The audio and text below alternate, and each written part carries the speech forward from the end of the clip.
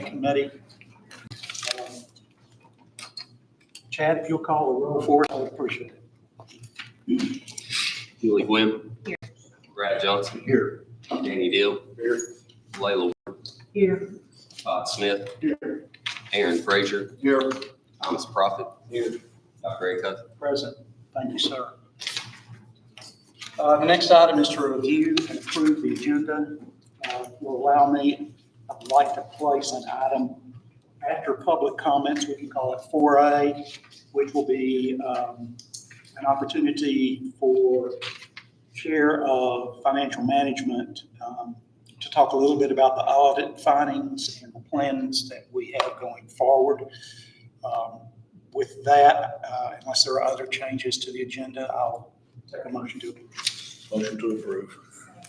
Nate Dill makes the motion to approve. Commissioner Gwynn has the second. Any other discussions, comments? Chad, call the roll, please, sir. Julie Gwynn. Yes. Brad Johnson. Yes. Danny Deal. Yes. Layla Ward. Yes. Todd Smith. Yes. Aaron Frazier. Aye. Thomas Prophet. Yes. Dr. Acuff. Aye. Thank you all, unanimous. Let's go and open up for public comments. If anyone's here this evening that wants to address the budget committee, just please come forward, state your name, your address, and we'll give you 5 minutes.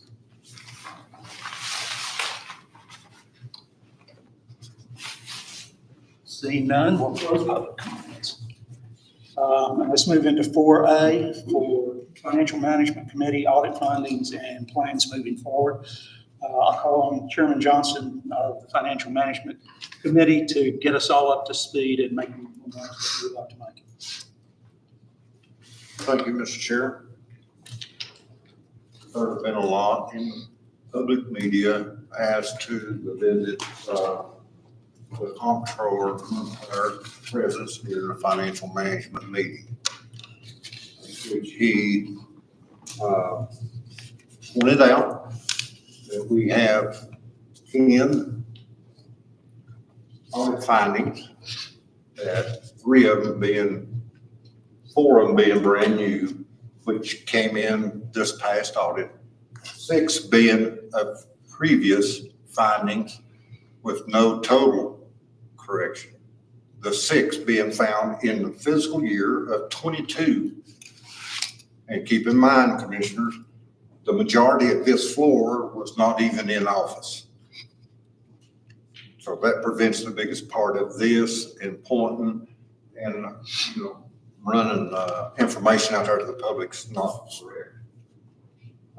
There were several things about the point of his speech to this commission that we're not going to get into, because all it does is going to lead to negative, and we're not in a position where that's going to help whatsoever. Because if we get into that, we still have to make good the 6 findings from 22 and get them correct. And that's what we are targeting and what we're going to accomplish, hopefully by the time of our next state audit. Myself and others of our finance committee has made contact with CTAS and went over it with them. I've made attempts to the local regional supervisor, which I've had no call. Tomorrow I'll be making contact with Mr. Burke, with the assistant director of the comptroller's office, to have a conversation with him on recommendations on how we should approach this, how we can take it, how we can overcome it, anything that he has in his mind, because he is a veteran of 34 years of it. All right. I have issued through the by our county chair, a special call meeting of the financial management on the 18th of this month. It's at 6 o'clock. It is in the mayor's conference room. That is going to be for the purpose of discussion, questions, recommendations by our accounting staff on how we are going to overcome these 6 and get in good grace back with the state again. And after review of the committee, whatever directive they set is the route that we're going to bring before the full commission for their approval, and send it off and get to work. Anything other than that is nothing but, you know, I don't know, I ain't gonna, I'll get in trouble.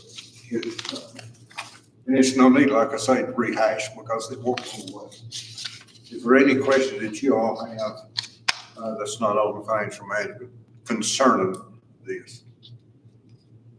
Now, I may want to elaborate a little bit further, and I'm going to ask Ms. Carolyn if she would like to say anything, but looking at the 6 several times, it's a matter of public record what they are and what the findings of the audit group has in our recommendations that will go on that document. It is items that goes back as far as 3 financial managers prior to the audit. That's how extensive it is. It's not anything. We were told last year, and if you remember, I made the presentation to the full commission on the audit findings, and the first thing I told you was that 3 of them would be a repeat. That would be, according to the auditing team, there was no way that it could be accomplished in 1 year. All right. We even went as far as providing additional funds to where we could retain Blackbird, Childers, and Segal, a CPA firm, which they did come in and assist us to get them up to a certain point. Now, realizing what I preface what I said before, that we would, you know, the majority was not in office. Our financial department at that time had 1 accountant that had been on board 2 months. We have now 2 more, and they're deputy directors that are highly qualified, but all come from the private industry. You don't go out on the street and find accountants that has prior government experience. I mean, it's like finding hen's teeth.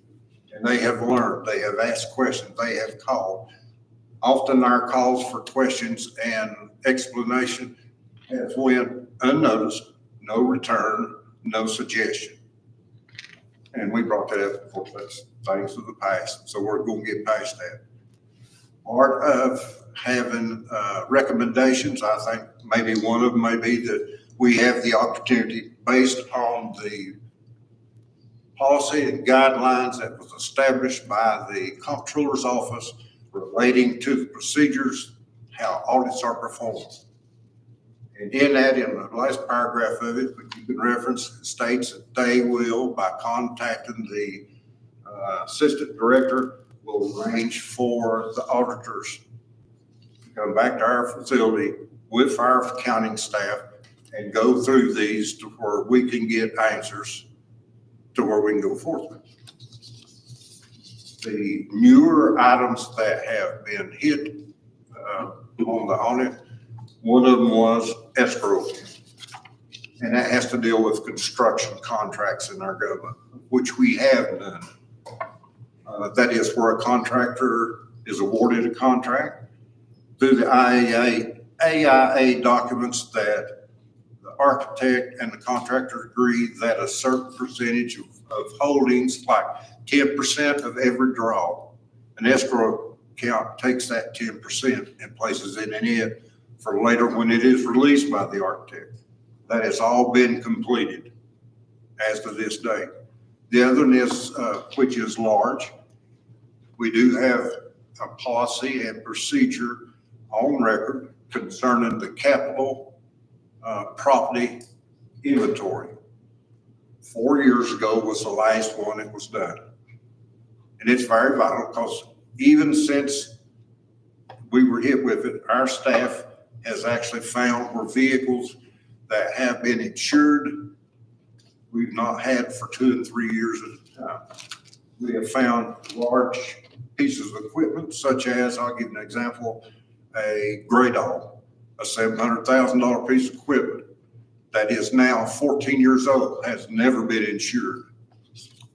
And it means everything that we have over amount of 5,000, 10,000, anything over 10,000 is in inventory and viewed, and all the other procedures that goes along with that, where we can get the inventory up to speed. The finance department has written, or is in the process of writing, the instructions on how to go out to the various departments and heads of our county to where they can initially start doing the inventory in their respective buildings, property, so forth. The next one was use of unassigned fund balance, which was done. I'm not going to name the departments to it because it took the majority from the floor to approve it, but that's a no-no. Here, we have a resolution stating as such. There's also recommendations from the comptroller's audit team that we relook at that resolution and maybe modify it to the point where we identify what funds. 101, 141, 141, to where it names the amount specifically. That eliminates that. Okay. But the 6 remaining are very critical. You would have thought that since so much work had been placed on them, that you would have been granted maybe a minor finding, because work is being applied even daily as we speak right now to try to eliminate this, but it's as if nobody had touched the pen at all. So that tells me that they expect complete 100% of all the findings being taken care of before. Did I miss anything? Anybody else on financial management, or anybody else that has documented evidence of these findings? If you want them, I have them in my case. You can read over them, or you can get them online. Any further questions? Explanations, sir? Just one question. Do we need to bring the accountants back in to help out to clean them up again or anything like that? Commissioner, I think it's going to be dependent, well, I'm dependent on the April 18th meeting before the members of the financial management, from those questions, from our examinations, the recommendations from our accounting staff as to how we've had to go forward. And then with our contact with the co-director or vice director of the comptroller's office, those recommendations, accumulation into one. Hopefully out of that meeting, we will have the document before it sets our path, what we have to do to get it done. And all of you would like to, you're more than welcome. The more input we get, there's a large, vast number of people that have some experience in it. The overwhelming majority has zero, because we're a regiment of different traits and not in the accounting business. But any other questions? Thank you, Mr. Chairman. I do have one comment before we go on. I'd like to thank Chair Acuff as well as Chair Johnson from Financial Management. Certainly filled in a lot of blanks in that very brief period, and I really appreciate that. I don't think any of us like getting the information that we hold from the news or from people that know less about it than we do. So thank you both very much. Well, thank you for your comment. I'm sorry, Chair, but one more thing, what really set us on fire more than initially was to be on the press and it says the worst county in the state. Now that set my britches on fire. And to show you how much I have a fellow commissioner that has done research on every audit of all 95 counties this year and all of their findings, and I can guarantee you by document that's a falsehood. It's exaggerated to no end, even to the point that there is mayors that are being arrested for fraud and things like that, and they think we're bad. But the biggest majority of our findings are a matter of getting the right amount on the right line item in its total. That's it. There's no money missing, no fraud had been detected. All of that was cleared by our audit team before we left. So the public can stand at ease. One other question, Chairman Johnson, from a couple of years ago where there was the overpayment to the mayor's office and the other individual offices, that one is one of the ones that's continuing to reoccur, correct? No, we corrected that. That one finally got cleared away? Remember, Voted for it. we voted for full commission, that we would move ahead in paying, to make it equitable across the board. Oh, Because, as the mayor indicated, if she had talked to the comptroller's office and they said that will always show as an audit finding unless you remove them and make it good. So we took them at their word, we did that. no, that was just, it was more of the, is that one still being found? Yeah, no. We were cleared with the exception of all the 6 older ones of 2022, with the exception of the newer ones, which right now, with the exception of the inventory, has been 100% complete. We're confident that that will pass their audit. Now, the other one, the inventory, it depends on who manages it in the individual department as to how fast it's going to be. As an employee, if it's a previous employee of this county, I remember from the law enforcement side of the house, it took us close to 7 months because of the amount that is set as a minimum amount. Their profession, the biggest majority of their items are classified above that.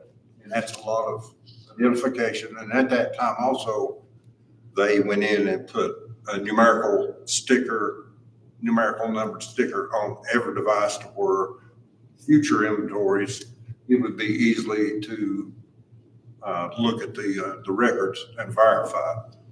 And then such procedures as the finance department there has taken is when new items are purchased in those categories, that they are noted right then, or it is forwarded, or it will be involved in the inventory of that coming year. It's not having to go back and dig back through the old records, because a lot of the old records are not there.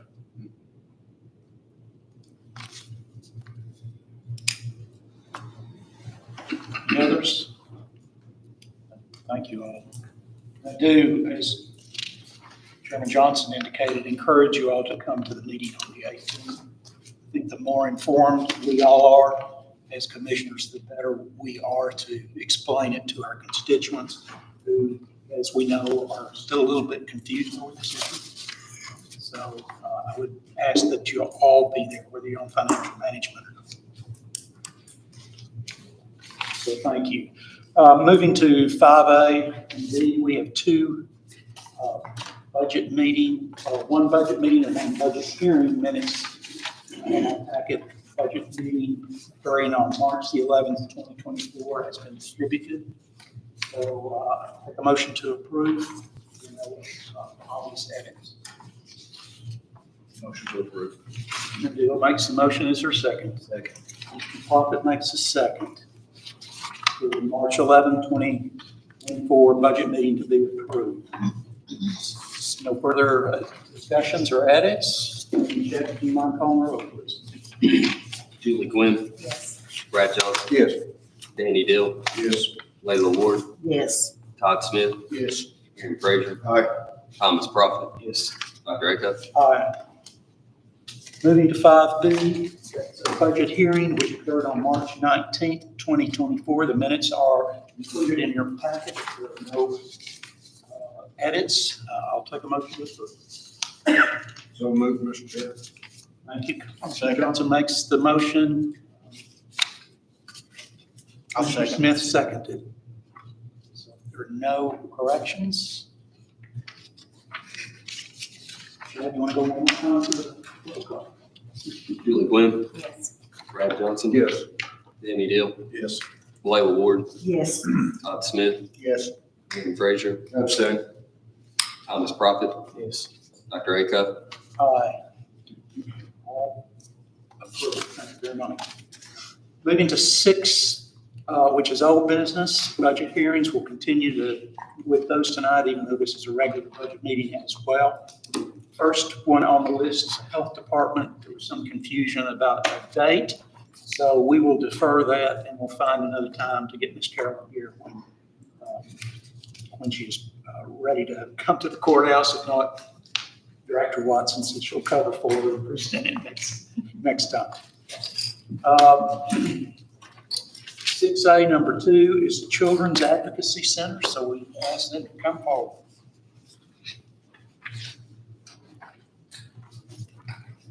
You should have those on your desk, submitted document. Hi. I'm Samantha Prater. I am the Executive Director at the Children's Advocacy Center, the First Judicial District. If anyone is unaware, in a nutshell, we work with the District Attorney General's Office, law enforcement, and Child Protective Services to investigate and prosecute child abuse cases. We asked at the same that we've asked every year, which is $5,000. So are there any questions? We provide forensic interviewing, therapy services, forensic medical exams, advocacy, and community education programs at no cost to anyone. Questions for Mr. Prater? As I was noticing, as I was looking at the numbers for the First Judicial District, Carter County seems to be the one utilizing services the most. Washington. And then Carter falls right up in it. Yes, Carter second. And I will say, you all, we are receiving money from Johnson County, Unicoi County, Carter County, Johnson City, Elizabethton City, Town of Unicoi. And we are, at this point, not receiving any funding from Washington County. I don't think it's like personal. They cut all appropriation fundings maybe 5 years ago. But we have not been able to fix that situation.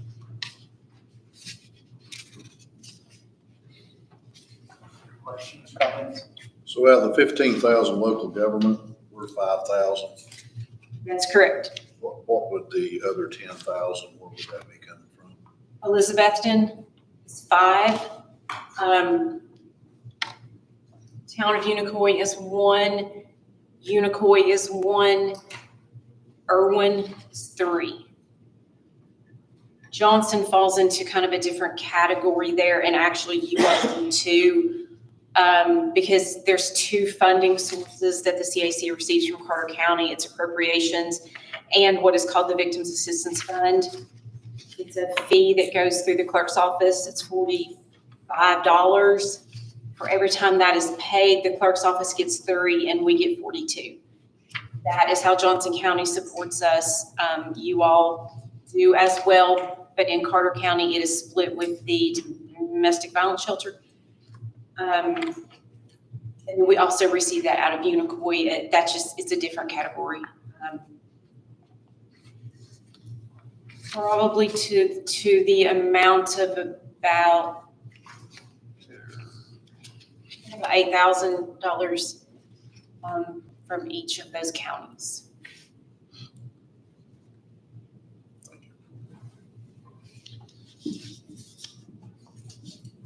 Others? Anything else? I want to personally thank you all for what you do. Great job. It is. It is.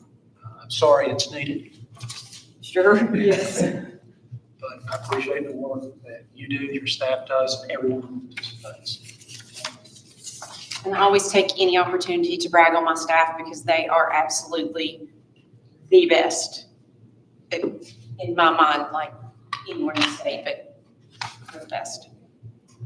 So I just wanted to thank you guys for your support and thank you for allowing us to come here. Any other questions? Thank you. Have a good night. Next up, which is 6A, number 3, Second Harvest Food Bank. How are you? I'm in trouble. I'm gonna say that. You have to come through the little gate I don't think you've seen trouble yet. and, I'm Kristen Ruby and I'm the development director. Rhonda is sorry that she cannot be here. We are asking for $15,000 this year. You all gave us $10,000 last year, and we are very grateful for your generosity. In Carter County, at the moment, we're feeding about 450 kids through the Backpack for Kids program, and that's about $100 the kiddo for the whole calendar year.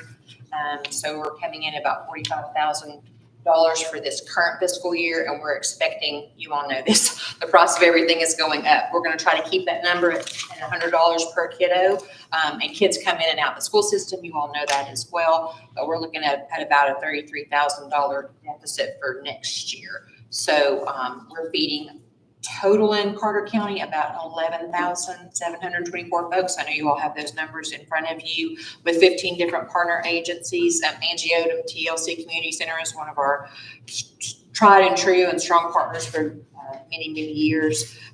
Also in the state of Tennessee, you all probably know this, they've gone from congregate to non-congregate. Legislation was just passed so that we can feed kiddos not in a site where they have to all come together, stay there and eat food. We can actually take food out to the community where folks are located. We can deliver where people are getting off of work. We can do boxes of food and we can do meals for whole families. So that's going to be an increase that we're excited about this summer, that we'll be able to get more food out and kids won't have to come and stay there to eat food, and we'll be able to provide actual boxes of food for families. So that'll start in June and July this year.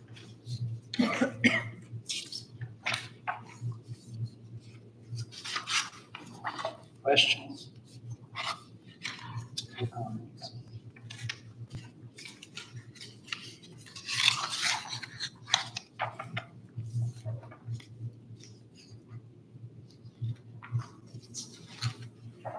I know when Rhonda was here, I guess it was last year, we talked about the backpack program Yes. and wondered if you know, reached out to the Boys and Girls Club and was back in Carter County. I think that Layla Hernandez, who's over our programs department, has done that, and I'm pretty sure they're in the process of becoming an agency.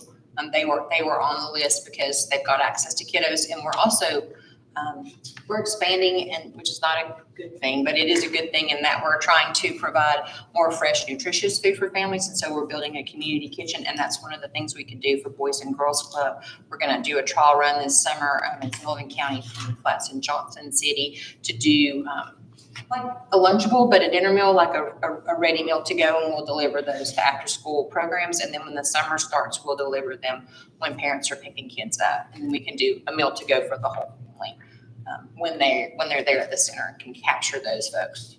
I don't know whether it makes any sense or not, but we, at the Boys and Girls Club, there is a full industrial. That's probably why you're probably not going to use ours. But we would be happy to help, of course, in any way we can for a partnership there. There's a lot of folks to feed, and that needs getting. You all know this. We're at about 1 in 7 in our 8-county region. In Carter County, you're about 1 in 8. Feeding America that we're under is getting ready to disaggregate their data from the last census, and so we are looking for those numbers to probably go up, especially with kiddos. We're about 1 in 7, and we're probably going to be about 1 in 4, and then seniors are the 2 most vulnerable populations that we're doing right now. And we're increasing our senior home delivery program, similar to Meals on Wheels. We have about 180 folks right now who cannot get out to get food and don't have anyone to help them. And we're going to increase that to about 200 by August of this year. The list is long.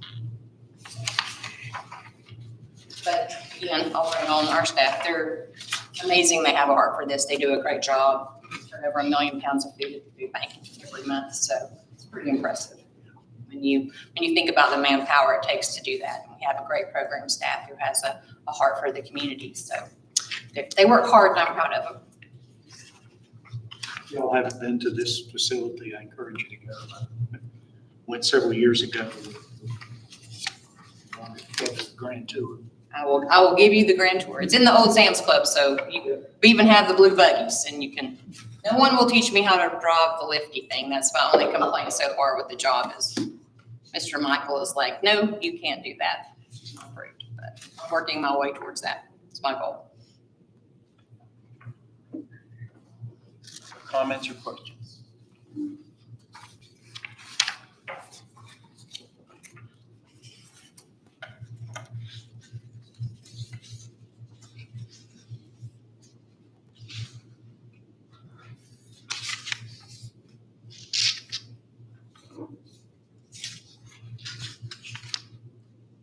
Hearing none, thank you very much. Thank you, appreciate it.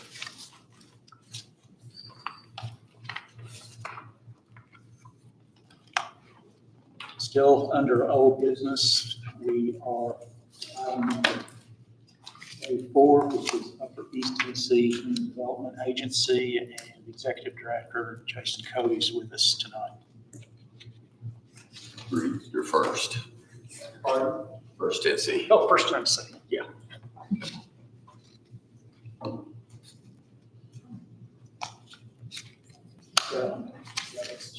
Incorrect on the agenda. I'm Jason Cody with First Tennessee Human Resource Agency. A lot of people know our programs more than the name, but I'll explain that here in a second. We were originally created in 1974 by the state of Tennessee to deliver needed human services in the 8 eastern counties. So the first part of the first congressional district of what was originally established, those 8 eastern counties, Tennessee, basically Hawkins, Hancock, Greene, Washington, Sullivan, Carter, Unicoi, Johnson. I think I hit them all. Hawkins, if I missed that one. But we primarily do senior programs, and we work with the state and federal government to leverage grant dollars. We operated about 16 different programs. Meals on Wheels is our biggest program that is most recognizable in the area. We do both home delivered meals. We have about 600 volunteers in the area. We do as well what's called a congregate or group setting meal in all the senior centers in the region, including Carter County. And we also operate the rural public transit system in the area, NetTrans. We have a fleet of 120 vans, and they are all wheelchair equipped. So we do a lot of medical transport, but anybody can ride. We have a call center and a 1-800 number. You just call. We take people to education appointments. We take people to their job. We'll take them shopping. Basically, you just need to call 24 hours in advance, and we'll schedule it. We'll take anybody pretty much anywhere. Like I said, we were created in 1974, so it's our 50th year. You guys in the county have been instrumental from our founding of offering us support. What we're requesting is the same that we've asked for multiple years. I've been with the agency for about 17 years now, and it has been the same request the whole time. We try to be good stewards of the money that you guys give us. And we leverage that, of course, against state and federal grants. So each dollar you give us counts towards that local match, and we leverage against an average of $9 state and federal combined. So we get more bang for a buck for each dollar you give us. And so that's why it's critical as well. There is a maintenance of effort in that because, as you can imagine, when you're dealing with those state and federal dollars, it's critical to get local support. So I do want to emphasize that. Last year, a couple of statistics for you. We did provide 32,000 meals to Carter County residents. We provided over 25,000 trips to Carter County residents, almost 500,000 miles. We delivered services to almost 1,400 residents. which was a service value of almost $1.5 million. One of our other programs I do want to emphasize, so it's about maintaining people's quality of life and independence to stay in their home as long as possible. So we'll give them a meal, as you can see. We provide transportation. We do some minor home errands, some minor home repairs. We also have a job training program as well for our senior citizens where we place them in local not-for-profits at no cost. And as well within local governments. We have placed these individuals in city, county governments. And I call it a triple win. The participant gets paid, they get on-the-job training, the not-for-profit or government gets free labor. So everybody wins at the end of the day, and that's the good thing that we look for in that. Lastly, the direct economic impact, because we're spending money in the county to provide these services. We're buying parts for a vehicle. Our employees, we've got 40 Carter County residents that are our employees and about $860,000 in payroll for those individuals. So that's investment that goes back into the community that those folks spend dollars into the community as well. I'm happy to answer any questions if there's any.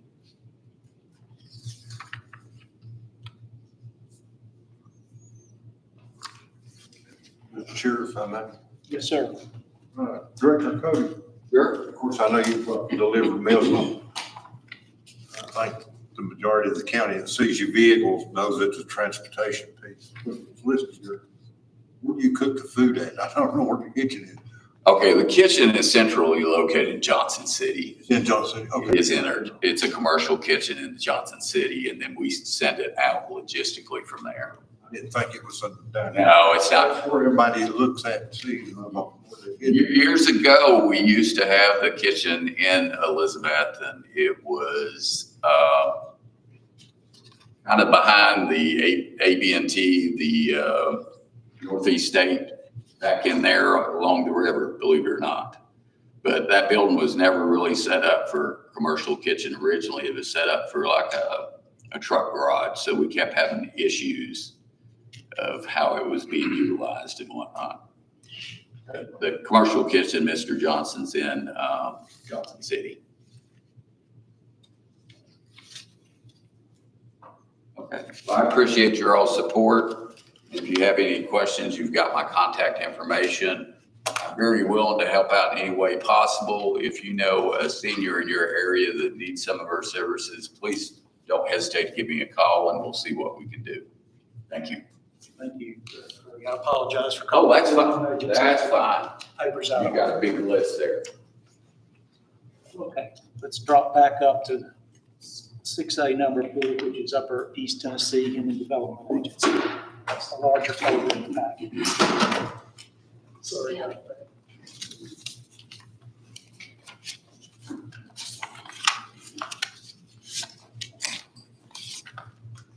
I'm always afraid to put my holler out and I'm not going to. Thank y'all for letting me come back. I appreciate this opportunity to share with y'all what we do and the great things you guys have done to help us out. I work with the Neighborhood Service Center here in Carter County. I'm the manager. We have actually 9 centers in 8 counties, and we are there to serve low-income families and low-income individuals. We help them with a variety of services such as rent, electric is a big one. We receive our funding through the Community Services Block Grant that comes through the state. And, you know, it's a well-known fact that those come with restrictions. And so there are certain things we cannot pay using our state funding. We identify those as gap services. That's what the money that we request from you guys stays local here in Carter County. Help us to meet those gaps. For instance, someone may have a late fee on an electric bill or something like that, that our funding won't allow us to pay. And, you know, that $30, $40 could cost somebody to get the lights turned off. And so if we can pay that late fee and then use our funding to, you know, pay that bill for those folks, that's where you all come in. We have those folks too that are just, you know, our funding is 200% of poverty. You get somebody in there that's 201%, that hurts. But with this local funding, we can help those people that fall in that category and things like that. Last time we received funding from you all, we were able to help 26 families. We helped them with past due rent, first month's rent, rent deposit, electric deposit, and past due water and electric. And that money went a long way and helped a lot of people. I always like to say thank you because I know for a fact a kid got up this morning, got ready for school with the lights on. Another household had water because of your all's generosity. I appreciate what you've done. I hope that, you know, we can have some more.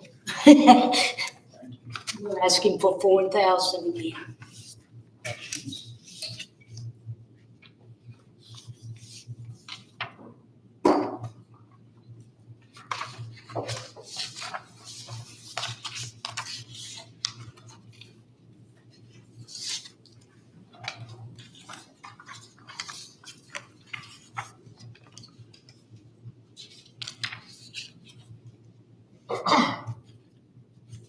No questions?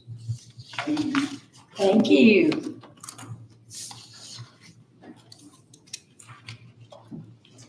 The item 6B under old business, we return to the clerk's office unpaid debt. We know where we are with that.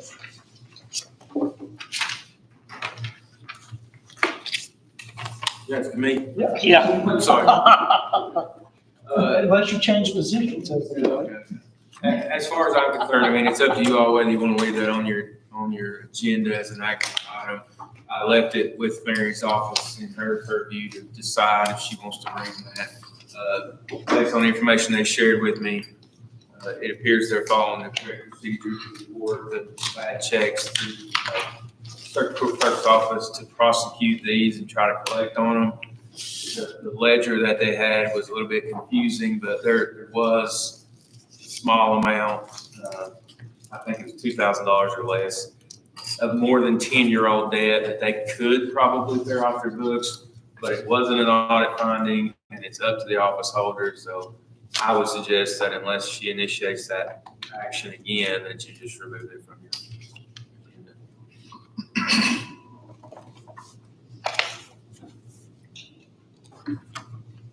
So, Attorney Harden, your recommendation would be to just mark this off our list? Certainly, unless the office holder approaches the chair again or somebody on the committee and asks for it to be brought back up, but there's just, it's a discretionary thing, and right now, I think they had bigger issues over the last week or so. So if she decides to bring it back up, certainly it's something you can consider again, but I don't know that there's a need to keep bringing it up.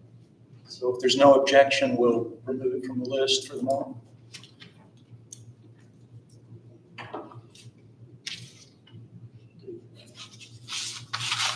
Okay, item 6C, update on ARP funding. The report is in your packet. I will have a comment related to that later in regards to the funding for the jail, unless we can talk about that now. We do ultimately continue with that part of the conversation. Questions for Director Watson? Is that going to be brought up anyhow?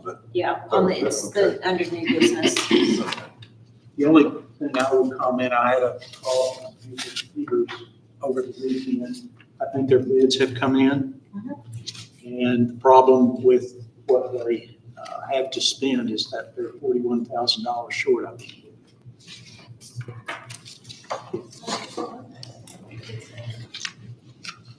Yeah, it's not 41 unless something changed. 41. No, that's when we opened the bids, it was, So they met. I mean, it wasn't $41,000 difference though. It was like less than $12,000. So I'm a little confused by that. Unless I heard him wrong, which could have been. I didn't have my hearing in.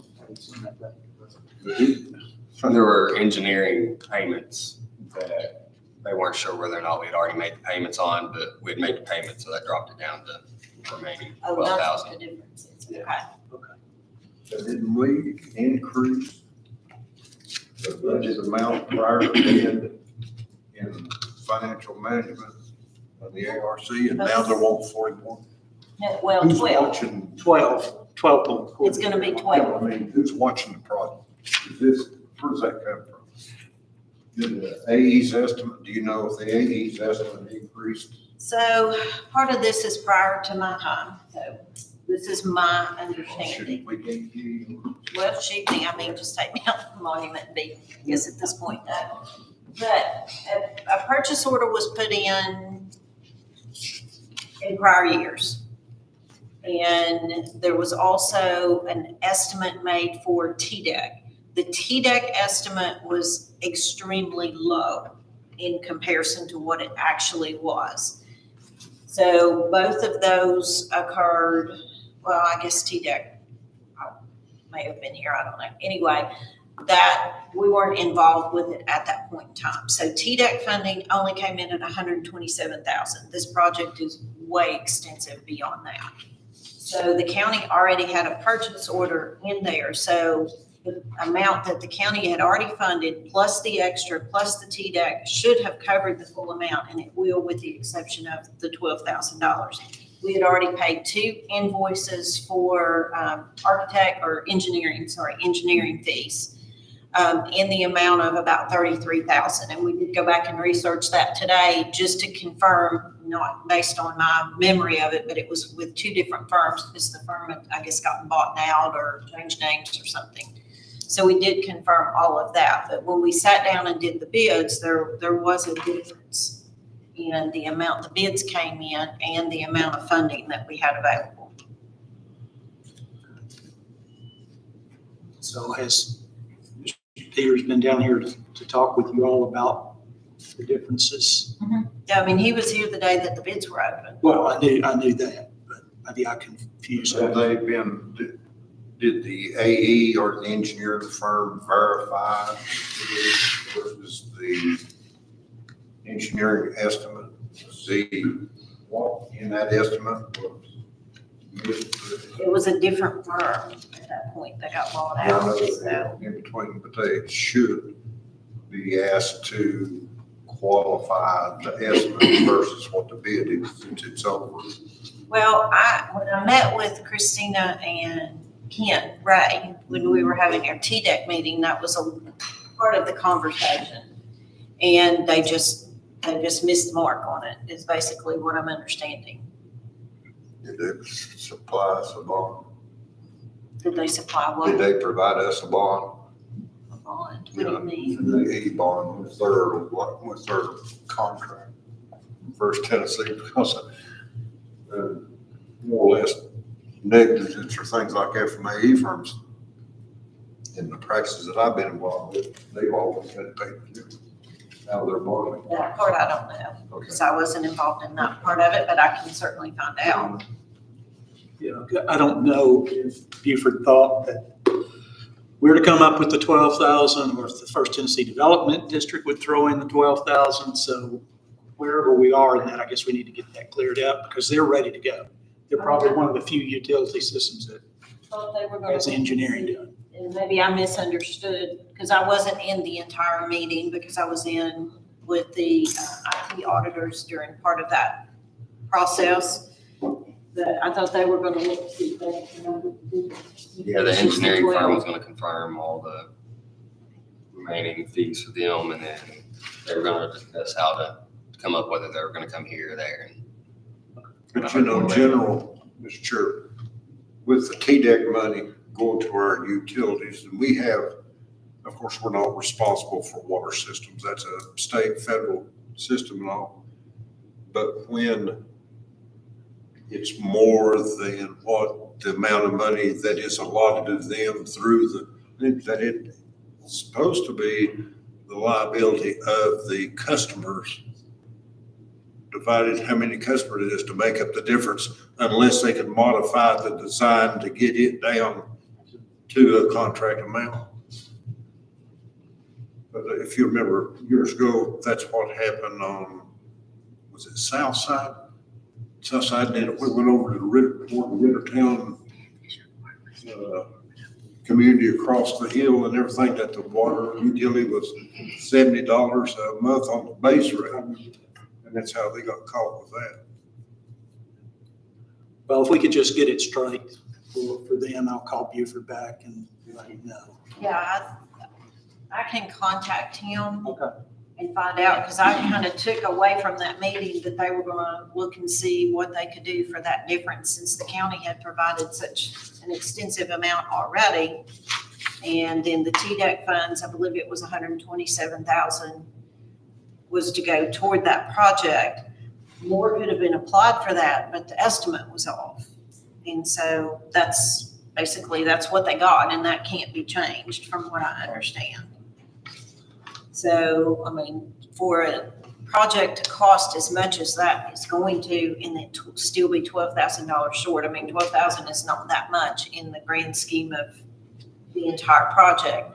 But we just kind of left it at, we need to figure out how you fund the additional amount. And I thought they were going to look into it and see what they had available to make up that difference. So maybe he's determined that they just don't have it.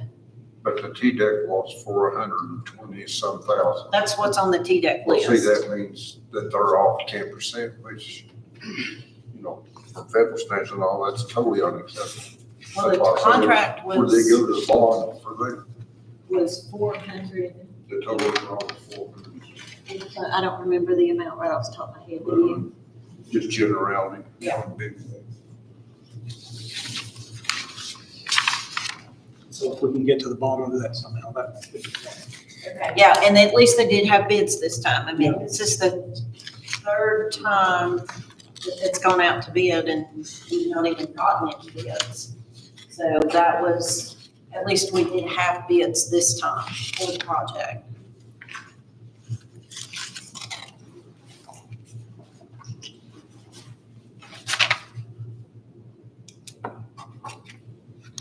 Next item under old business, the last one is communications project. I don't see communications director in the courtroom, so assuming that we're deferring that.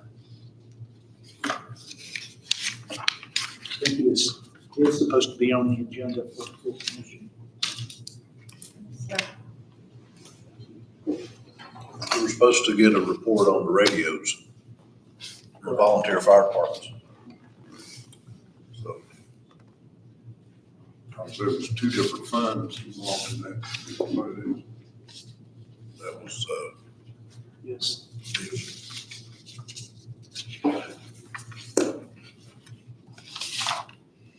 All right. Move through the next three new business items, or you want to take 10 minutes? Almost 7. that's like, Take 10? and we'll blow through it. Okay. Let's take 10.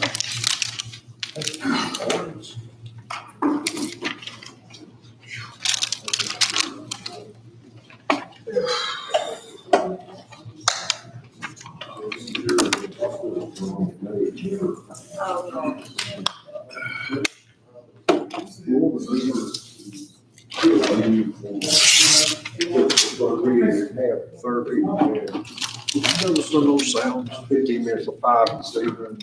Makes difference in the night. It's hours. He's a minister. I know, but not the minister of the Different in second order. He's raised in church and school. We need chemicals. She's a 5 day sitting over there. It's the world. They're spending all their money.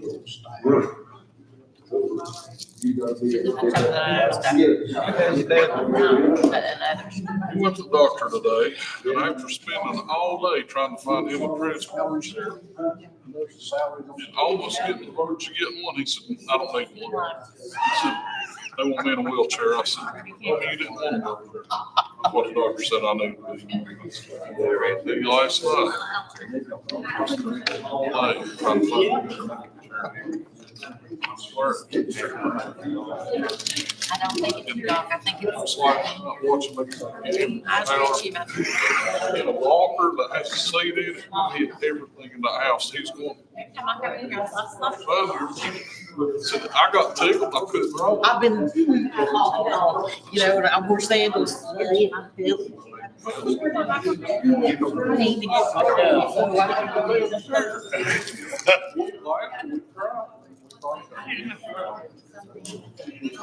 I had this thing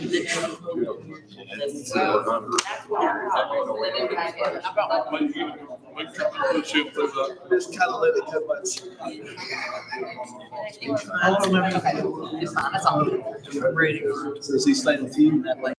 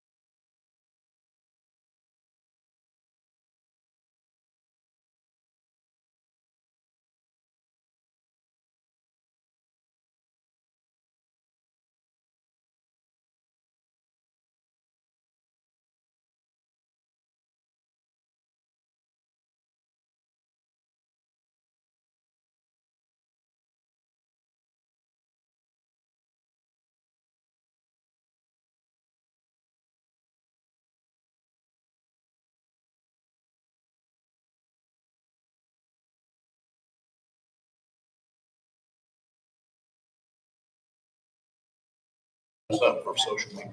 Yeah. Okay, we're on new business, item 7. A, which is Norwell payment number 1. It's okay. And Director Watson is going to walk us through what this is about and where we need to expend funds and give us some of her wisdom on where we need to save some money. Well, first of all, it's always nice to have more money than you need. That rarely occurs. So that's the best part of this conversation. But basically, I have the information from the AIA report as to how much the project's going to cost. If you recall, we approved for a loan. So we have those funds available.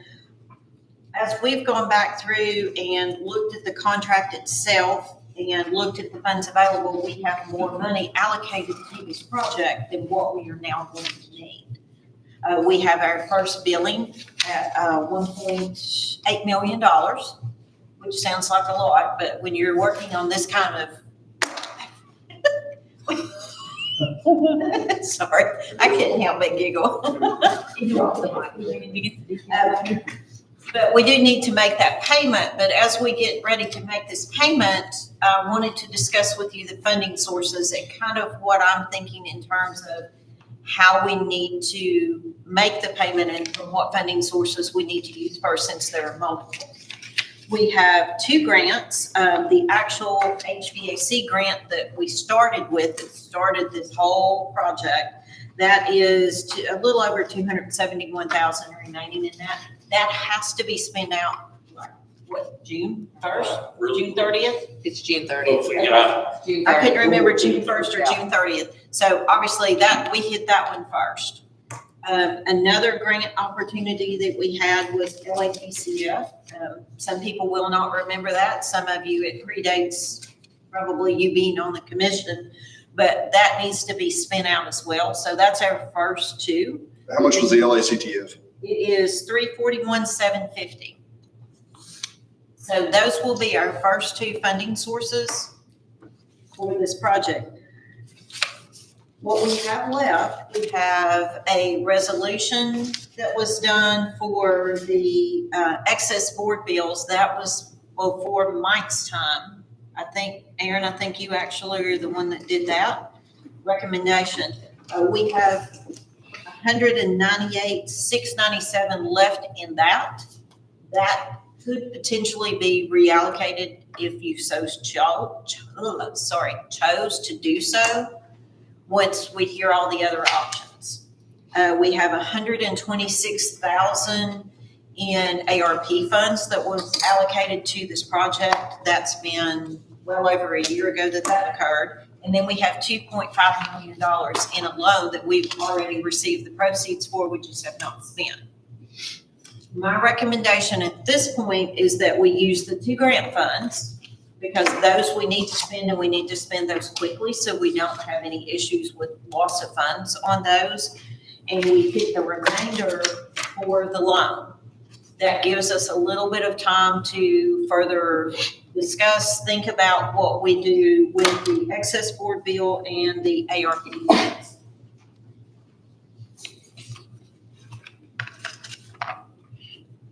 I know that was a lot to take in, sorry.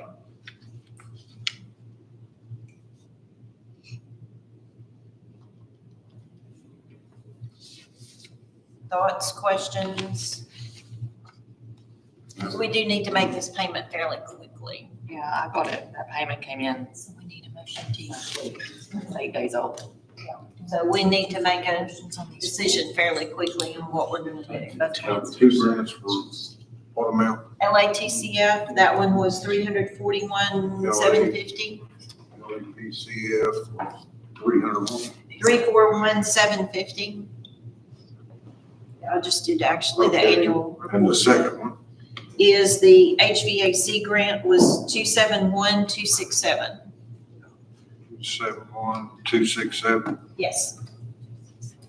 Yeah, so the amount of the payment is a little over 1.8 million. So my recommendation is we take both of those grants first and we hit the loan for the remainder. So that would be kind of like a draw on the loan. What about the 198,697?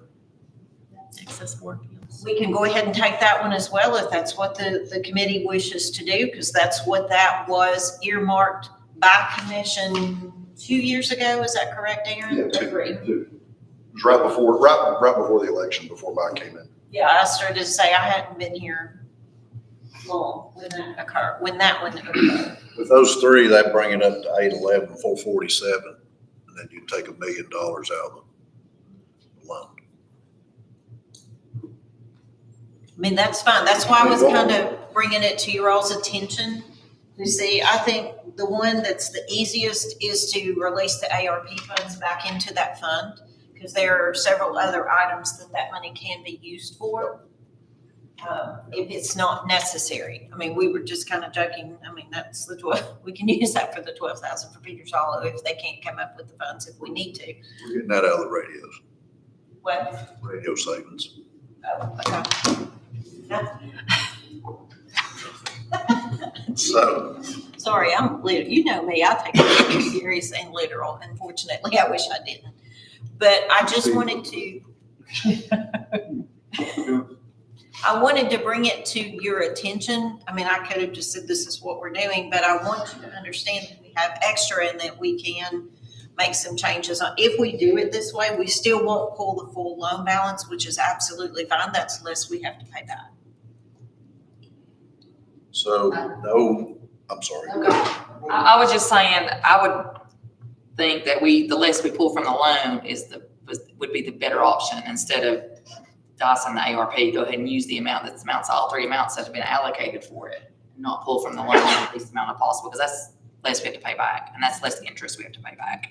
So, Yeah, well, that's You'll fine. see it. but that's kind of what I was thinking. See, that loan was what was it? 5. just above 4%. It was about 4%. 3.8 or something, I think. That's one from Carter County. Yeah. So that's why I'm bringing it to the committee for you all to decide. And just because so say for example, we hit the 2 grants, which those we have to, and we take the rest from the loan, then that gives you a minute to think about it. Or we take what was in the excess board bills and the 2 grants, and then we hit the loan for the difference. And then you can think about the ARP and decide by the time we get the next pay down. Just remember, this is just the first one. So we'll have plenty more that will be coming along, and that will give you some time to think about it and decide how you want to proceed. So that's why I'm bringing it to the committee to make a decision on how we pay it, but I would like to get it paid this week. I guess we can start with the 2 easier ones. I'll make a motion that on this Norwell payment number 1, we use the HVAC grant, which is $271,267 toward that payment. Is that okay? You're gonna use both of them? You want them on a separate? You want to make them on separate motions? Oh, you want to- They've all been earmarked, so it's more of, I just need a direction. a direction. We know we have to use those first because we're on a time limit there, so. Yeah, we have to use the 2 grant funds, absolutely no questions about that.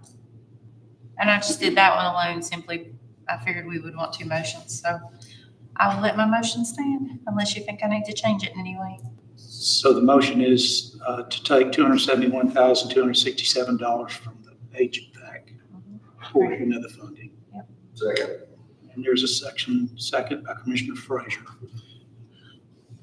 So you're recommending us not using the 198,697? I was kind of leaving that one up to your clarification. The only one that I would recommend that we hold on till the next payment is ARP. And we hold that one until the next payment. Until you decide you may want, something else may come up, may not, I don't know, but the 2 grants, that's a no-brainer. That has to be done. And so that's why I was recommending that. I mean, it makes total sense to go ahead and take the excess board bill. That was already, that's that resolution, I think it was a resolution. wasn't it? A resolution? Okay. Is several years old, and so go ahead and take that money as well, and then that puts us at about $1 million out of the loan. That's what I was thinking. Want to make sure. And then that gives you time to think about the other one, and by the time we get the next payment, you can tell me if you want to take it out of there and take less down on the loan, that's absolutely fine. I was leaving it up to this committee to make that decision. But we need to, Mr. Chair, I think we may want to look at what the building and grounds is looking at and some moves that we're going to have to do because of the status of a building. And there may be some other small projects that we have been planning, but have not went through, got all the estimates. Are you asking me to find something to spend some money No, on? ma'am, I ain't. I'm just saying, we've got some pretty new facilities around here at this point. Well, the other thing too to keep in mind, we already have this loan. We don't want to spend any more of it than we absolutely have to. However, if we have another project, we would hate to go back and have to take out another loan at a higher interest rate for that project if we had. That's why I was thinking the 126, we might want to hold on it until later in the project because we may need it somewhere else and we don't want to have to go out and get another loan. So that's kind of just where my thought process was going on that. Of course, we got to consider too that we just finished in the past 5 months of closing out. And that means that half of the unencumbered funds went to the building and grounds for capital improvements, and the other went to the unassigned fund balance. Plus, we're halfway to where we have to do the same thing again.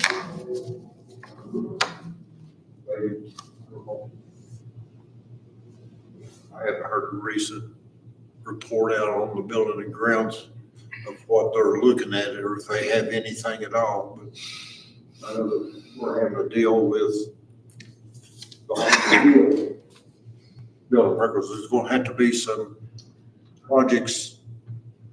There may be multiple, they should be small amount of projects that we're going to have to do to utilize that building property with the new tenants that we assign in there. Chair, if I will. Right now, Building and Grounds does not have any projects on their agenda. We have cleared many years of projects off of that list. Remember, it used to be very long. There's absolutely no projects currently needed, other than basic maintenance, and there's just no big projects slated for any of the buildings. That license letter may be one to set aside. Of course, on the ARP, there's still a possibility as bids go out and the projects are done, that there are some leftover that goes back into the ARP. We don't have a good handle on it yet because enough time has not passed yet. Yeah. So last count, 40-some thousand was the balance that unencumbered on the ARP. Yeah, another thing to keep in mind too, you had mentioned the capital projects fund. When we had first started the project for the windows and gutters, that had come in at $1 million, which pretty much depleted the majority of what was in that reserve. That project came in at $700,000, so we returned that amount of money back too. So there is still a good amount of money in there, which was good because we had depleted it down to not a whole lot. We'll just leave it. Pretty much, we almost Yeah, took it. pretty much sucked it dry. And so we did put some money back in there. So there is some funds in there for other building projects because we still know there's something needs to be done with archives at some point.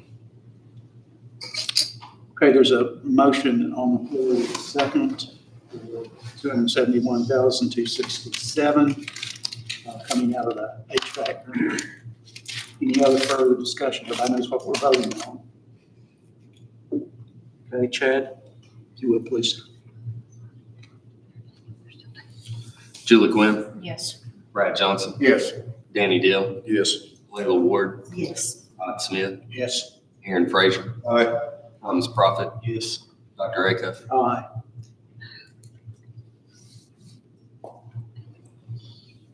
Okay, floor is open for a second motion to dispose of part of the money that's on Carolyn's list. Make a motion. Go ahead. Go ahead. Right, like what? And then we set aside the $341,750 for the LAC-TF grant to the loan payment of $1.8 million, or the invoice for $1.8 million. Commissioner Frazier. Thomas Prophet, seconded. Any questions from the finance director? Any further discussions? Chad? Julie Quinn, Yes. Brad Johnson, Yes. Danny Deal, Yes. Layla Ward, Yes. Todd Smith, Yes. Aaron Frazier, Aye. Thomas Prophet. Yes. Dr. Acuff. Aye. Okay. We're holding the 126,000 ARP funds until the next payment. And the balance of this is going to be drawn from the loan, correct? I guess we should have a motion to that effect. Maybe not include the ARP funding, but where the rest of this money's coming from. So that means 198,697 is going to come from the reserve account, and the remainder will come from the loan. Is that agreeable? Any questions? 28.6. 198,697.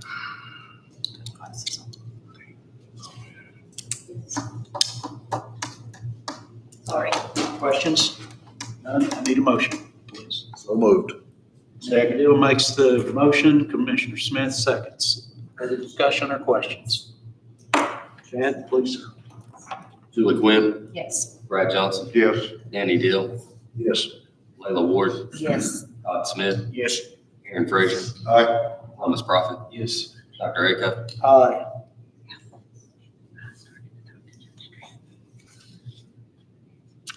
Okay, thank you all for that. Thank you, Director Watson. Item 7B, grant opportunity, Sheriff's Department. Who's doing that one tonight? Captain Rain, take the floor, sir. This is a rural and small violent crime reduction grant. It's similar to the violent crime intervention grant that we got last year for a little over $100,000. This grant amount can be up to $300,000, no match. It will pay for equipment, training, those sorts of items, technology and car cameras, CID, forensics equipment, things of that nature.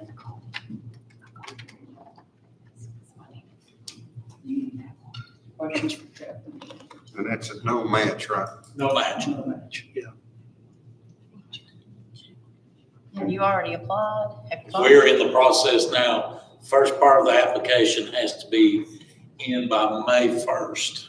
So that's why we're trying to work to you now. So really, we don't have to do anything. We're just getting an update. Unless you need us to take some sort of action. No, it can wait till it goes to the full commission. We've got time. Okay. Thank you. I hope you get it. Absolutely. Did you apply for the full 300? Yes. According to the agenda, our next meeting date is May 13th, at 6 p.m. So note that. May the 13th, is that the day? See, that's budget hearing. No, that's the meeting. It's the next budget meeting. That's the full budget. Yeah, Carolyn, we have a budget hearing next week, correct? Yes. On the 16th? Or the, Yes, we have a budget hearing next week. we've got a couple of outside, all of those are outside agencies, or? We have, it's either 3 or 4. We're going to continue to try to get in touch with the Butler. I don't, for the life of me, understand why we can't reach them. We really need them to come and present.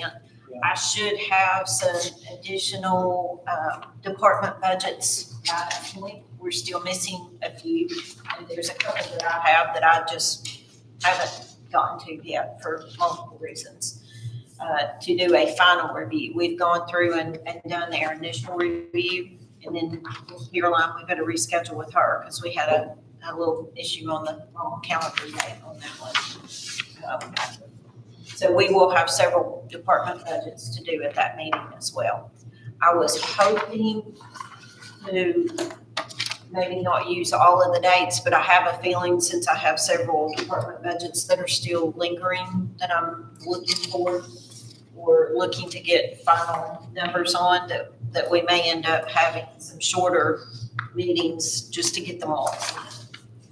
So, and then the school, Brandon, you're assuming sometime the 1st of May on your, before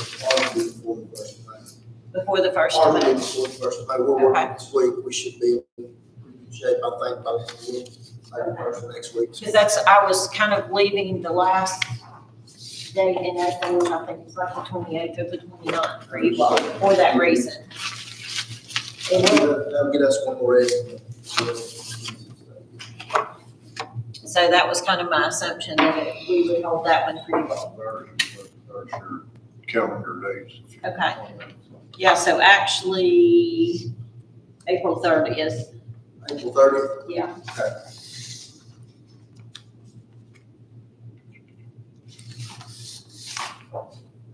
So I did talk to Gwen today, and she was asking me about the May dates.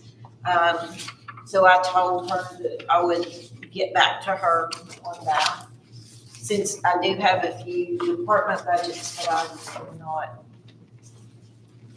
ready to present yet for multiple reasons, and I'll just leave it at that.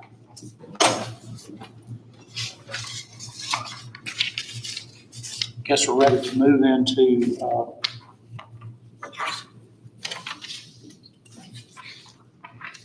amendments. You have preliminary expense accounts in your. Those are pages 11 and 12.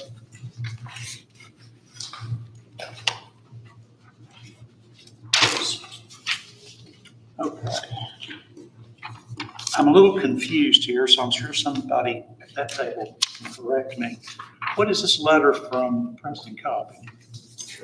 Well, that is going to be a budget amendment, but we had a leak over at the jail, at the annex earlier in the year, early in the FY for several months, and it wasn't caught until December. That was before the water tower was replaced. So you can imagine the extensive bills we were being paid. And due to Karen being gone and having Bobby in, Karen would have probably caught the extensive change in bills, but it didn't get caught for several months. And so the leak was actually found by the Sheriff's Department maintenance team, and they notified Ron, which was in December. So we probably spent $10,000 extra out of my line item for water and sewer. And the leak was a legit leak, and they credited back, I think, $1,900 and some dollars to us, because I called and asked him and told him what it was once we realized it was a leak. So we're just doing a budget amendment from the natural gas line into that line to offset that difference. But I don't know if the budget, it got in the packet, didn't it? Yeah, the budget amendment's in there. Yeah, it's in there. Pardon? Oh, I know, I see. That's what it is. That's an explanation for the budget amendment. We had a leak. It probably lasted for, I think, about 3 months before we realized it was a leak. And now we have ones on the staff to be notified if there's a leak, because they didn't really know who to call. And we weren't very persistent about it either, because you should have called me. But that's where we're at. I think we spent about $8,000 extra on those water and sewer bills for that leak, because it was. But now it was due to the tower that we replaced, and so all that's been replaced. All right, thank you for that explanation. And we're just moving from the natural gas line item. We have some excess there to just offset and get us through the next 3 months. So I kind of done a cumulative average of the next 3 months that should take care of us from April through June 30th. That'll be, as Commissioner Bill pointed out, item number 3, the general fund. So that makes it clear. All right, let's move through the general fund 101. I think there are 11 amendments. The first one is to recognize and reallocate funds for state reimbursement of EMA training.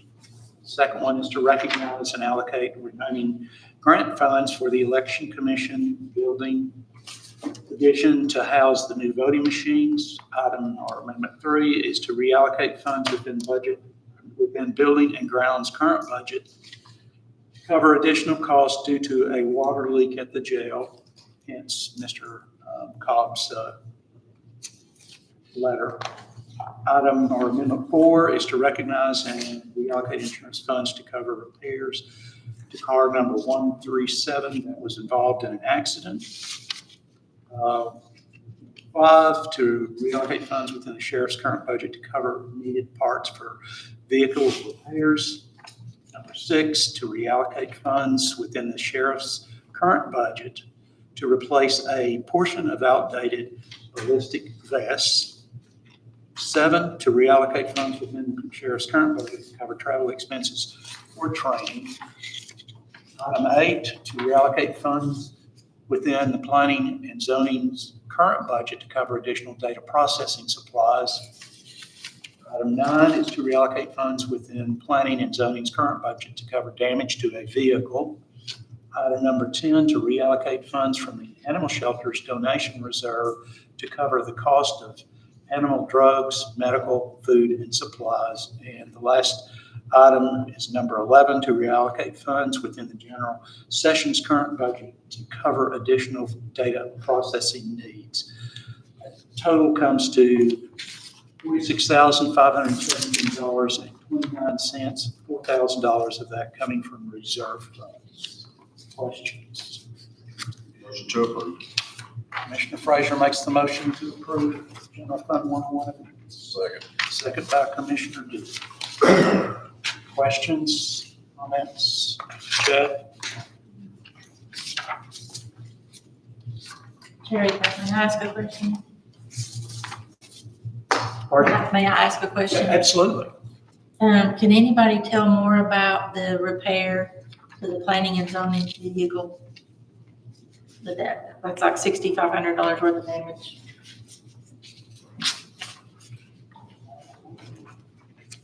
I didn't either. Yeah. Wouldn't that be insured? Nope. I can tell by Carolyn's face it's not. I'd rather Chris explain that. You got a good poker face, Carolyn. What? You got a good poker. I have no poker face, you're right, I know. Especially on something like that. Their fault.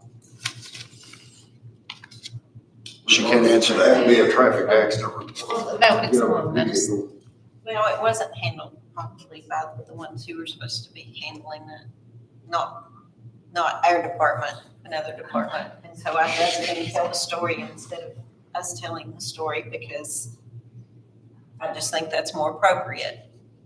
But either way, it's going to be paid. Is that the one where a tire come off a vehicle and hit another vehicle? Oh, no, Oh, that's a different one. no, this is different. That's the landfill, this is planning. Oh. And it's not a snow issue where where two people slid into each other Yeah, because that of was weather. all It's not that one, so. There are some of these you just can't make this stuff up. Chris did call and wanted to be here to clarify everything, but he was taking care of other matters that he wasn't going to be able to be here.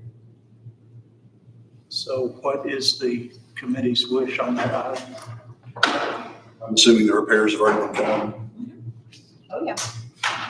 Get to pay the bill. Okay, if they've already been. So how does that work? The committee, yeah, how does that work? Danny, there you go, right here, get it, get it. I expect it. Did you do that then? I didn't do No, but I expect Danny to get after it, right here, because he gets after me. this now. Hey, well, Better clarification. Yeah, but then we're looking another month and that's, well, for liability wise, I mean, the county's obligated. We have to pay the bill. But here the thing is, they're County fee. obligated. Someone didn't do something they were supposed to do. And that's the best way I can state that and not throw somebody under the bus because I'm not, I'm not going to do that, especially in light of how I've been thrown under the bus recently. So I would rather Chris give the explanation because he has the details on that. We just know the result of where we are right now. This is inside their own budget, correct? But I'm not talking about throwing anybody under the bus. I'm just saying there's procedures. There It's was just following procedure. a That's procedure all, was that's not all I'm followed asking. that should have been. Because if you don't, then you are gonna get in trouble. A procedure was not followed that should have been. We're not exactly sure who dropped the ball and where they dropped it, but the information did not get to where it needed to get to. Is that something that can be an audit finding? Yes, ma'am, because it violates the policy and procedure of the county.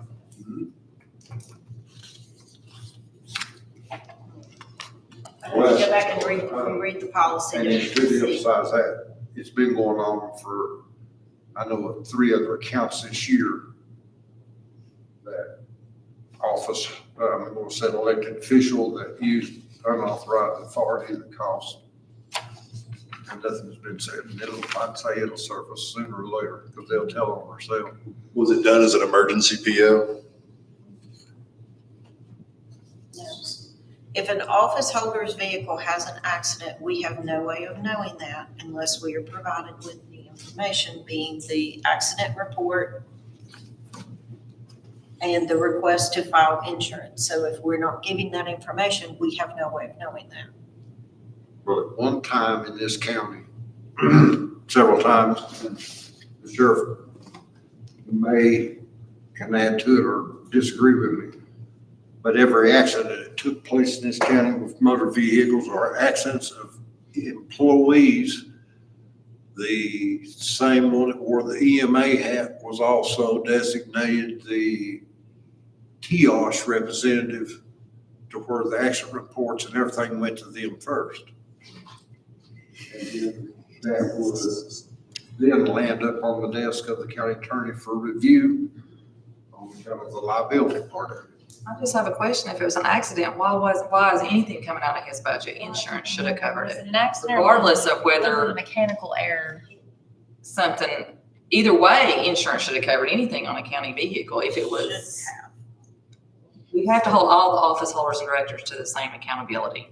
You can't bring one office holder in here and fuss at them for not following the rules and and that is where I will draw the line because, I mean, all of us know we've had this in front of us before with different situations and you can't hold me to one standard versus holding everybody else to the same. So, I mean, information has to be delivered on this.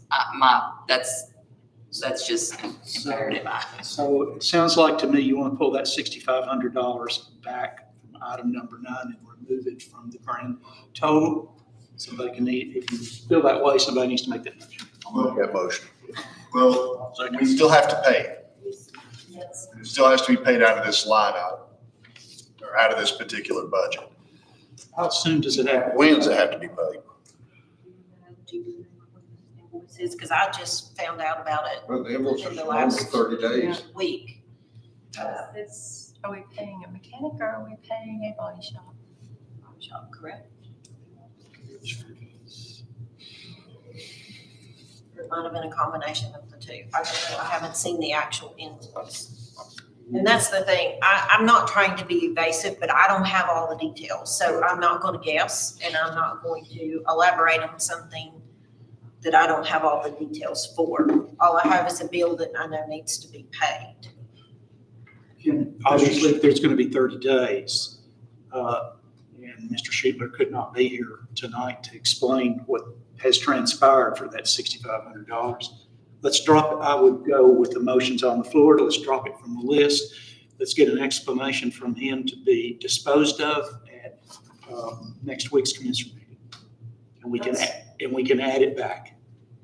That, and also, we did put in to advertise these budget hearings as also budget meetings, just in case, because we ran into that last year, if we needed to take action. So if we need to take action at the next one, we can, but that will be, I believe that's after the commission meeting. Isn't the commission on the 15th? Yeah, it's the 15th. Yeah, so it's after the commission. You're better off retaining it. I agree with you on this. So, Let's separate it into its own motion by itself.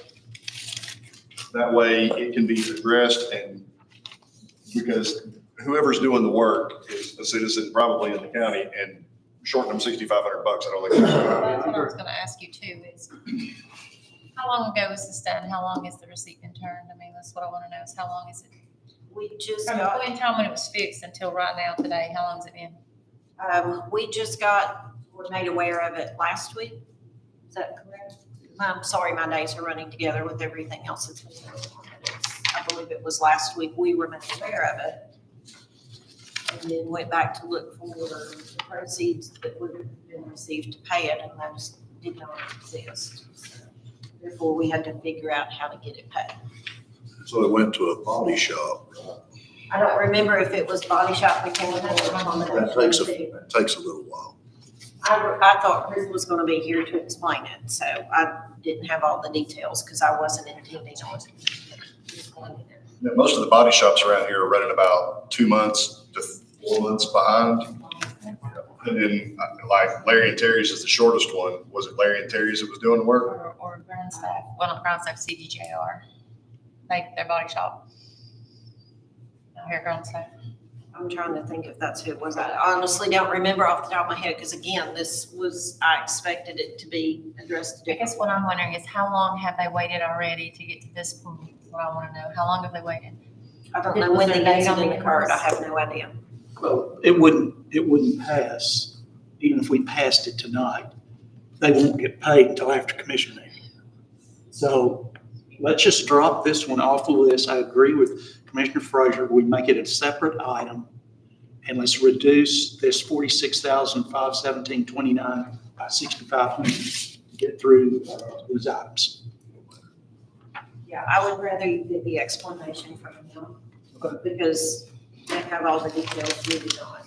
We just trying to get it paid because we have to. Makes the amended amount $40,017.29, Mr. Chair. Yes, sir, thank you. $40,017.29. I'll ask Commissioner Deal and Commissioner Smith, acceptable to you, and go with that, is your all's motion. Yeah, I think I'd made the original. Motion. Yeah, I made the original motion. So we can change it without having to have a second motion or anything like that. Okay, Chad, you want to call the roll? We're subtracting that $6,500 that in the amount, so you're subtracted correctly out of the total here. Items 1 through 8, and then item 10 and 11. Julie Gwynn. Yes. Brad Johnson. Yes. Danny Deal. Yes. Layla Ward. Yes. Todd Smith. Yes. Aaron Frazier. Aye. Thomas Prophet. Yes. Dr. Acuff. Aye. Now I need a motion to, I'll make a motion to approve budget amendment number 9 to reallocate funds within planning and zoning's current budget to cover damage to a vehicle pursuant to the work has already been done and we've already been invoiced. to be presented at the commission meeting with an explanation. Thank you. Second from Commissioner Gwynn. Any discussion or questions?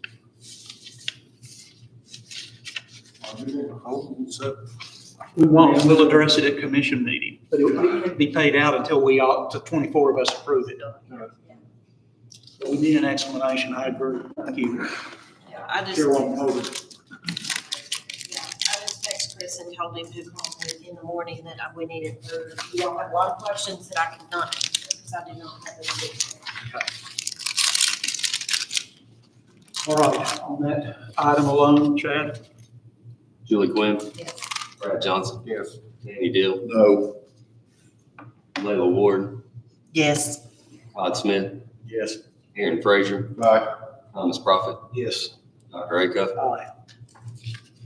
So that passes. We now move to, no, let me catch up with myself.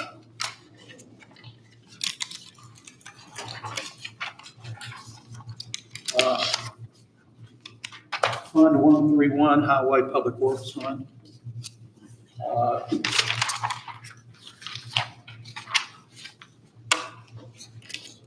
have 3 items, am I correct on that? 3 items? Yes. Okay, the first item is to reallocate funds within the Highway Department's current budget to cover the cost of training for CPR, flagger certification, forklift training, first aid, and AET. Second item is to reallocate funds within the Highway Department's current budget to pay for damages to a water line for post-utilities.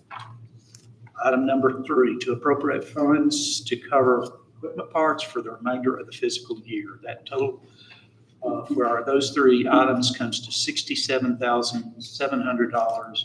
No funds coming from reserve account, and $60,000 coming from the highways unassigned fund balance. Motion to approve. Frazier makes the motion. Second, Commissioner Crawford. Where did they damage the water line at?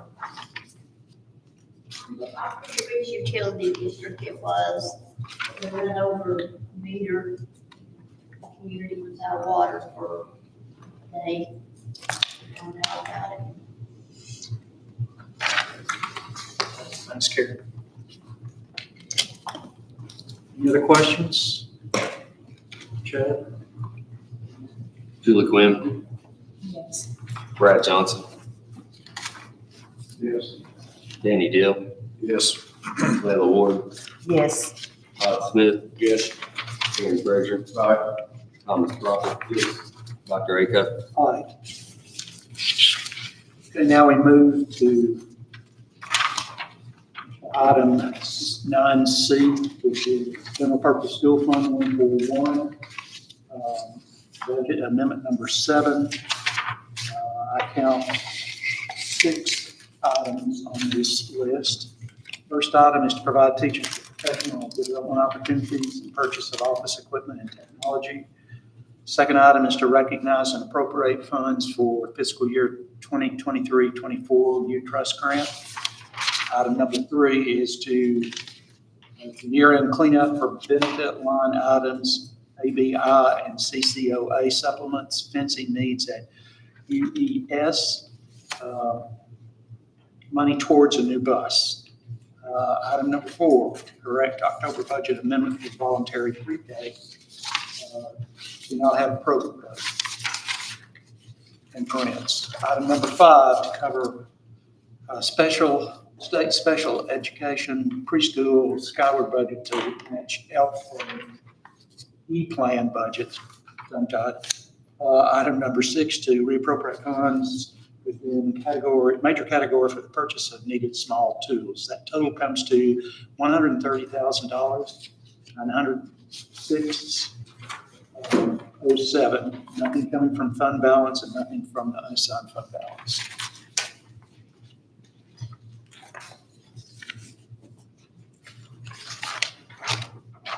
Motion to approve. Commissioner Frazier makes the motion. Second by Commissioner Ward. How bad is the bus situation, Brandon?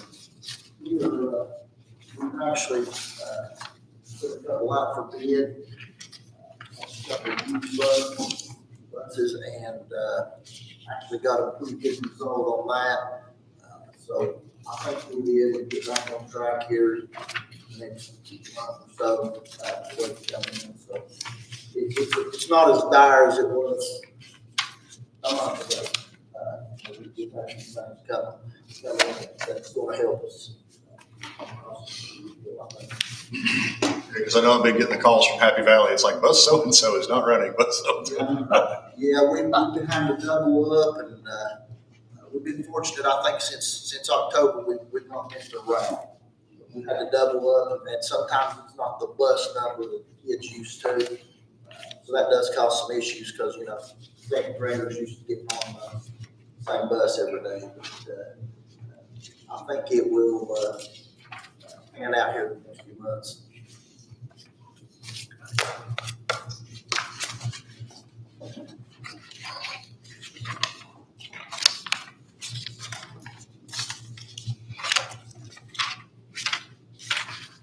You're ready, sir.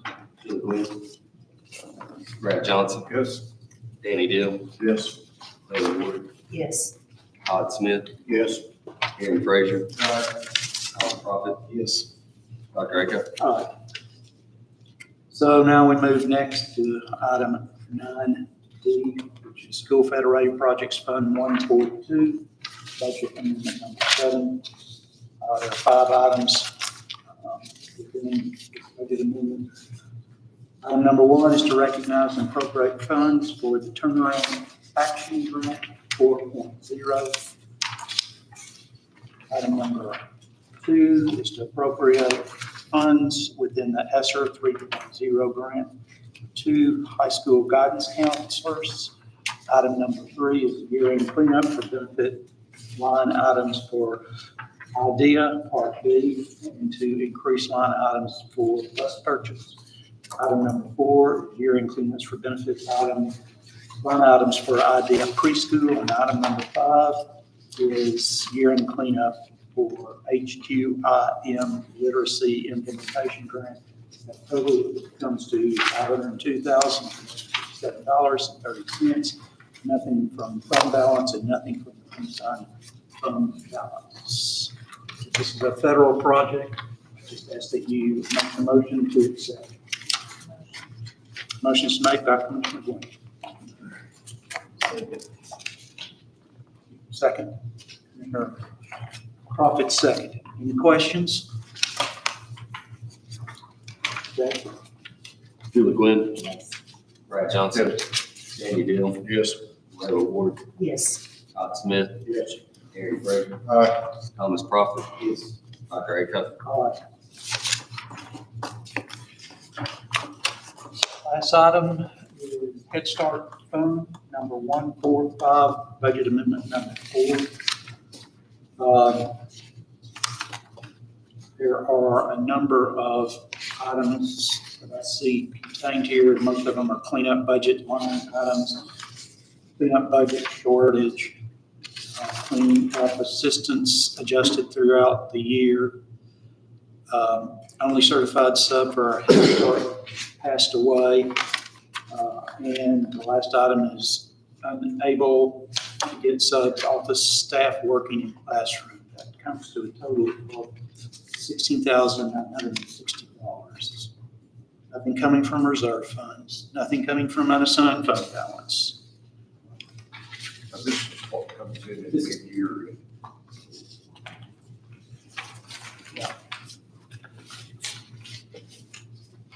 Motion to approve. We have a motion by Commissioner Frazier. Is there a second? I'll second. Second from Commissioner Smith. Questions, comments?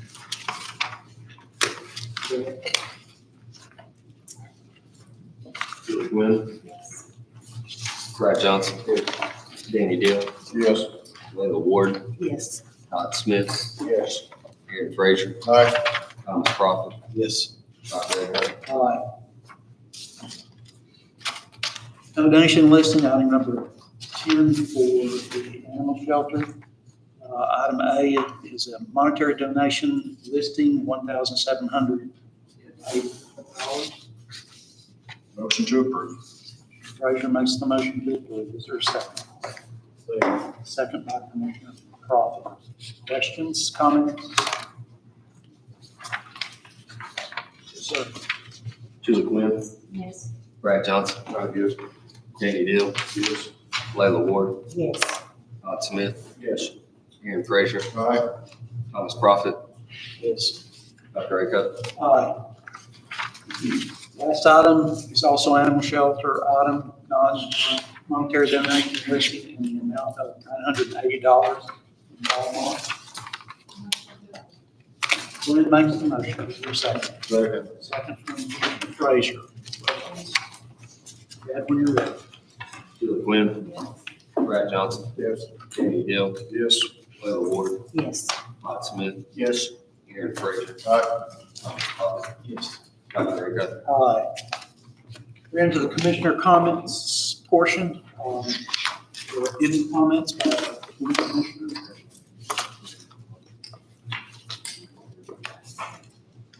I just, since I don't hear any, I have a couple of comments here. I want to thank again, the finance director and her staff for the ability to soldier on. And you have my condolences for it, as I think you do the rest of the budget committee. And I would encourage all of us to attend the April 18th, so we understand what is going to happen, how it's going to happen, as I said earlier, so we can explain to our constituents. I think I would like to see us add to our next agenda, resolution 688, the discussion, as you may recall, was a resolution passed in January 2018, that commission, and it involves the balanced budget amendment. So we want to revisit that and make sure we get the appropriate wording that is due. I'd also like again to congratulate the sheriff and his department, his staff, and their clean finding of the detention center jail. This is the second year in a row of findings. Y'all are to be congratulated, and we appreciate all of your efforts. I hope you'll take that back to your staff and everybody that was involved. That's phenomenal. And as the mayor had said earlier to me today, that's good news. So, no other comments? Make a motion to adjourn. Adjourn. Is there a second? Second. Second. We all adjourn. Thank you all. You want to stay? We'll leave the lights on. Stay. We'll keep the lights on. I know one of these days I'm gonna get it in this all night.